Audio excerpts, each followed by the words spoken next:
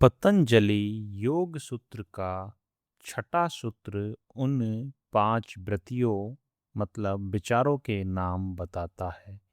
यह सूत्र मन की कार्य प्रणाली, मनुष्य के मन को समझने की एक शुरुआत मात्र है।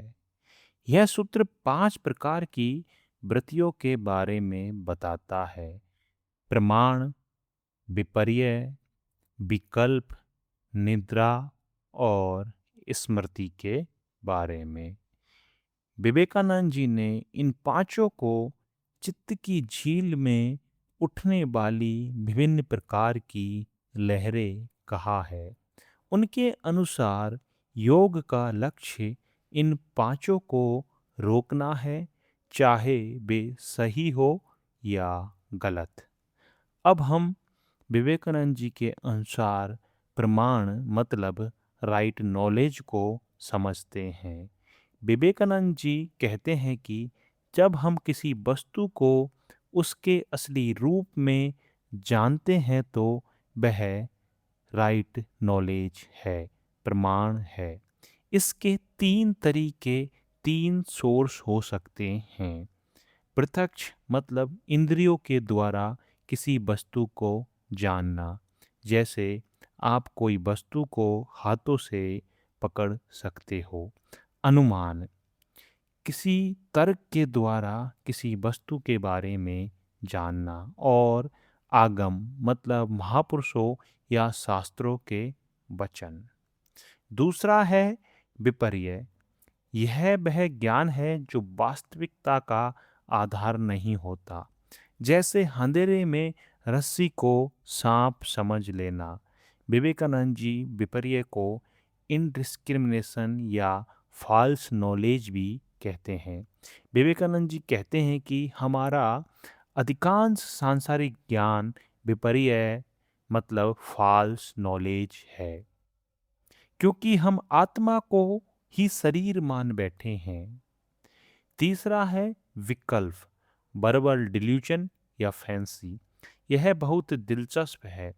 कभी कभी हम ऐसे शब्दों का प्रयोग करते हैं जिनका वास्तव में कोई अस्तित्व नहीं होता, फिर भी मन उनकी आकृति बना लेता है। विवेकानंद जी के अनुसार कई बार हम केवल शब्दों के जाल में फंसे रहते हैं, जिसका सत्य में कोई लेना देना नहीं होता, जैसे आकाश, पुष्प, खरगोश के सींग।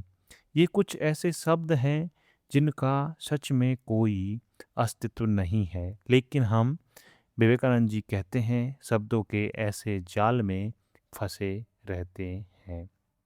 अगला है निद्रा, स्लीप। पतंजलि के अनुसार निद्रा भी एक व्रति है। विवेकानंद जी स्पष्ट करते हैं कि नींद अभाव नहीं है, बल्कि तमस की एक लहर है। यदि नींद में कोई विचार या व्रति नहीं होती तो जागने पर हमें कैसे पता चलता कि मैं बहुत सुख से, बहुत आराम से सोया हूँ। वह स्मृति की इस बात का प्रमाण है कि नींद के दौरान भी मन में एक सूक्ष्म वृत्ति मौजूद थी। अगला है स्मृति मतलब मेमोरी। अनुभव किए हुए विषयों को वापस मन की सतह पर आना ही मेमोरी है, स्मृति है।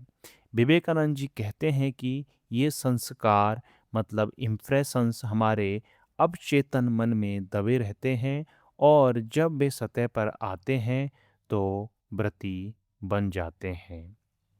स्वामी विवेकानंद जी इस सूत्र की व्याख्या करते हुए कहते हैं कि एक योगी के लिए ये पांचों बंधन है। प्रमाण मतलब सच, हमें दुनिया में उलझाता है। विपर्य, झूठ, हमें भ्रमित करता है। विकल्प मतलब कल्पना, समय बर्बाद, समय नष्ट करता है।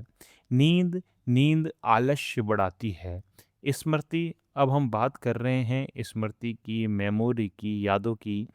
स्मृति हमें और कुछ नहीं करती, हमें अतीत में बांध कर रखती है। हमें इन पांचों प्रकार की लहरों को शांत करना है, ताकि चित्तरूपी झील का पानी पूरी तरह स्थिर हो सके और हम अपनी आत्मा को देख सकें।